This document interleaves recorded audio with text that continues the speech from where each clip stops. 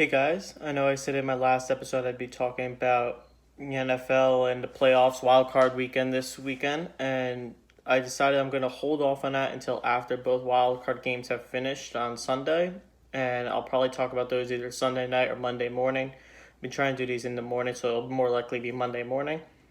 And instead, today I'm going to talk a little bit about the two guiding principles I kind of live by in life, which are moderation and organization. Specifically, today I'm going to talk about moderation and one of the two things I moderate closely, which is eating. The other thing I moderate pretty closely is social media, which I'll probably touch on in a future episode. And I'll also talk about in a future episode that second principle of organization that I live by and the different apps I use to organize myself and all those kind of things. But for eating, today I'm going to talk about the app I use to help me limit what I eat and all that, and help me moderate what I eat so that I could eat basically whatever I want, but by moderating how much I'm eating and what type of foods I'm eating, I could still enjoy the things I like without overdoing it. So, in general, I'm going to talk about why I limit what I'm eating and then how I do it, and then I'm going to show off the app I use to limit what I eat, and I'm going to try and test out a screen recording thing on Apple so that I could show you guys the app I use and just try out that feature of posting a video of recording a screen and things like that. So for me, the reason I started watching what I eat and stuff is I've always been a little heavy. Never like really heavy, but right now I'm about 10 to 15 pounds over what would be ideal based on my BMI and all that kind of stuff. So that's pretty much the goal is I'm trying to lose about 10, 15 pounds. Also, a big thing for me, the way I kind of tell when it's like time for me to really crack down on a diet type of thing is my waist size. I always have and always probably will have a bigger waist than I should. Right now it's about 4 inches over what the average acceptable waist to height ratio is for someone my size, but it'll probably never get down by 4 inches, but I'm hoping to shave off about an inch or two just because at the weight I am right now, my shirts are just starting to get a little tight, and I'm not willing to bump up a whole shirt size just because my gut is getting big. So, hoping to shave off an inch or two on my waist and help me fit in my shirts better, and that's the real goal behind everything. But just overall being healthy and blah blah blah, all that good stuff.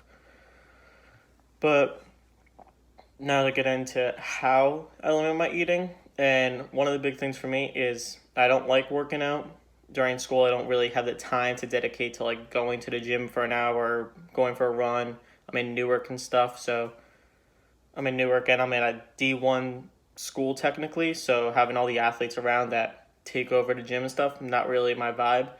So my goal was always to lose weight and stuff with as little working out as possible, which of course probably isn't the best way to do things, probably not the healthiest way to do things, but it works. In general, for all this, I'll have a disclaimer at the end too. I am not a doctor. The things I suggest aren't necessarily going to be right for you, and realistically, you should probably check any kind of diet, lifestyle change with whoever your doctor is. But I'm not an ideal role model, so I didn't check with my doctor, and I just kind of trusted Google on a lot of this. Um, but to go on with that, weight loss wise, I found that for me, tracking calories has kind of been the best way for me to lose weight. Even when I'm not actively trying to lose weight, I've gotten into the habit over the past year and a half of tracking pretty much every meal I eat.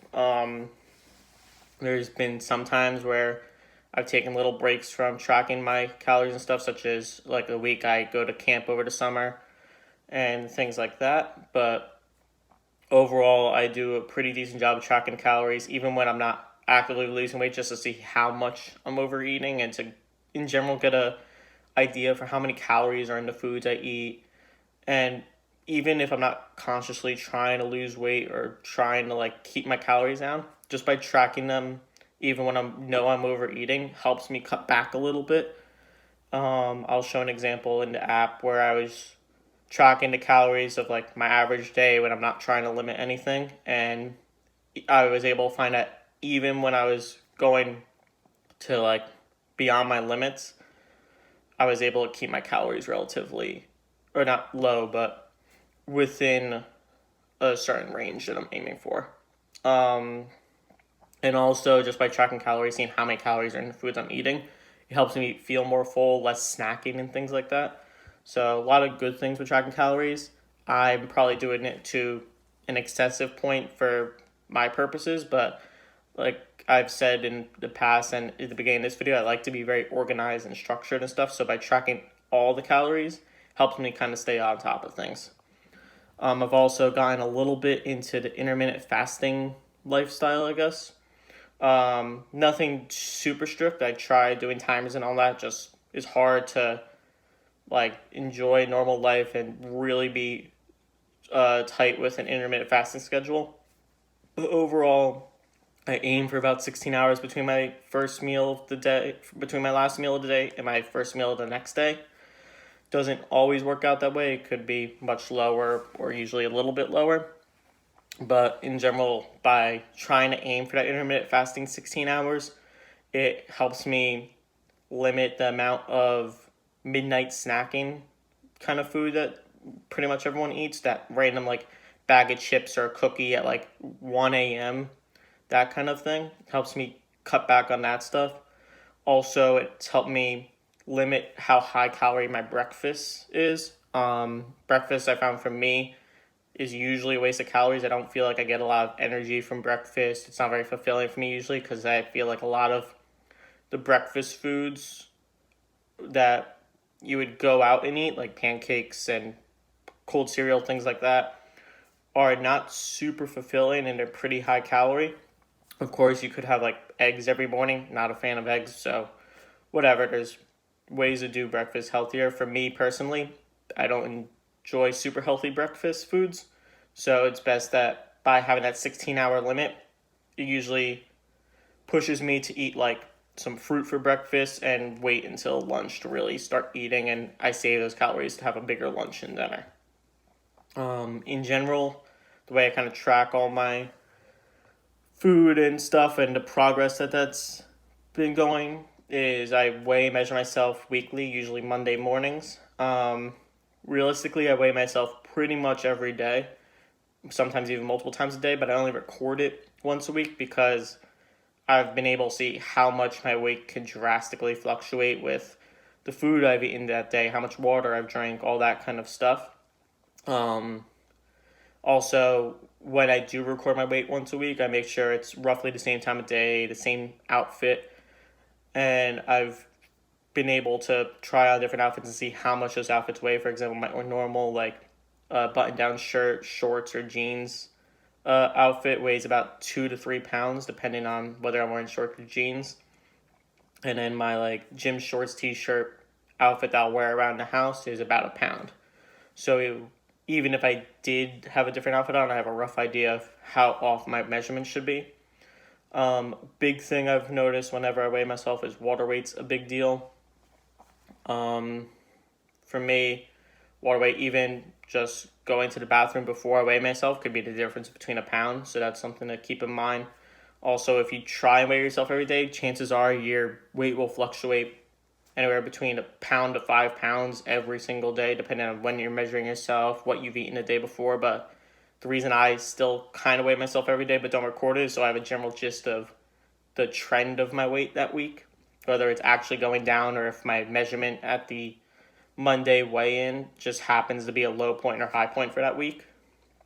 I also measure my waist basically every week just to see if I'm getting closer to my waist size being smaller, which is my ultimate goal, so I fit my shirts better. And also, I mentioned I was going to show off the app that I use to track all my food and stuff. My video is getting a little bit long. We're going to try and squeeze it in the next 5 minutes, but I know YouTube gets funky with the 5-minute limit. So we'll see how the food tracking app exploration goes. If it gets a little long, I might just cut it off at this point, and maybe we'll touch up on the app in a future episode since I have another 361 of these to go, so we have plenty of time to get into things. But yeah, here's to hoping. See you guys around. Hey guys, so if I'm doing this right, hopefully you could see my phone screen and the app I use, which is Lose It, that I use to track all the calories I eat throughout the day. I'm recording the audio on my iPad, and I'm hoping to splice it together in my editing app on my iPad.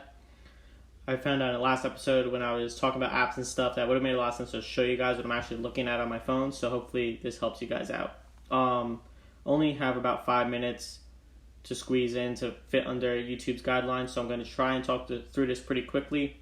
What you guys are seeing right now on my phone is calories I tracked yesterday for food. It also synced up to my watch and tells me how many steps I took, all that kind of stuff.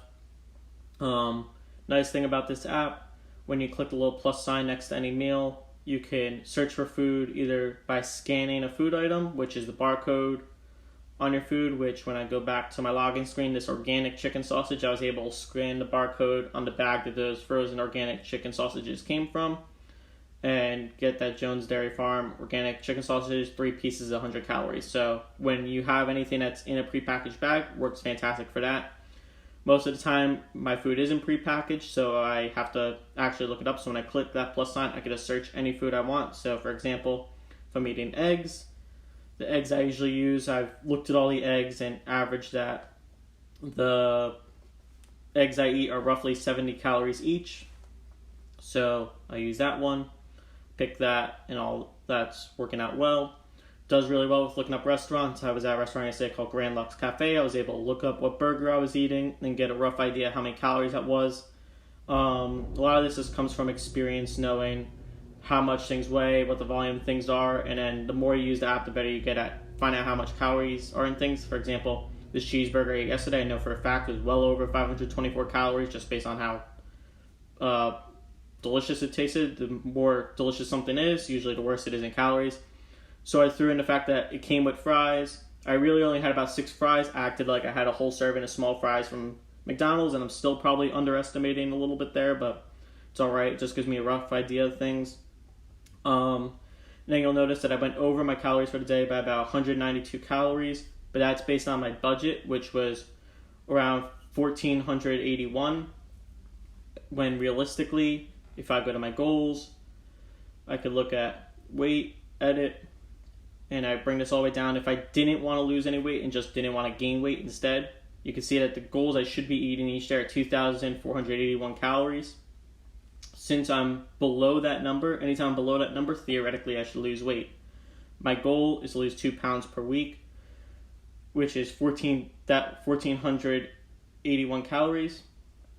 Even if I go a little above that, I still should be losing weight, which is great. Math is generally that if you cut out 3,500 calories per week, you should lose roughly a pound. So by cutting out about 7,000 calories for each week, I should lose roughly 2 pounds, which is my goal.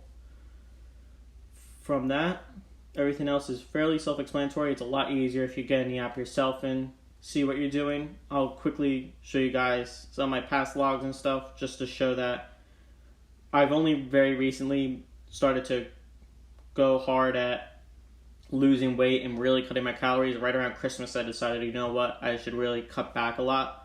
Before then, I was still tracking what I did. For example, you could see that at the beginning of December, I was over my calories for a week by about 6,800 calories, which is an example of, even though I was way over what my diet plan thing should be, that number is still below 7,000 calories, which is what I'm supposed to be going under each week. So theoretically, I should not have been gaining weight that week, which is true. I haven't really gained weight in a while. Just an example of how in the app, by using the app, I've been able to cut back a bit. I'll apologize in advance for the little notifications that you guys probably see coming up on my phone as I'm recording. I'm guessing those are showing on your screen as well, and I'm not planning on editing them out. But anyway, that's it for this episode. I thank you guys again for watching, and hopefully you're able to learn a little bit from this.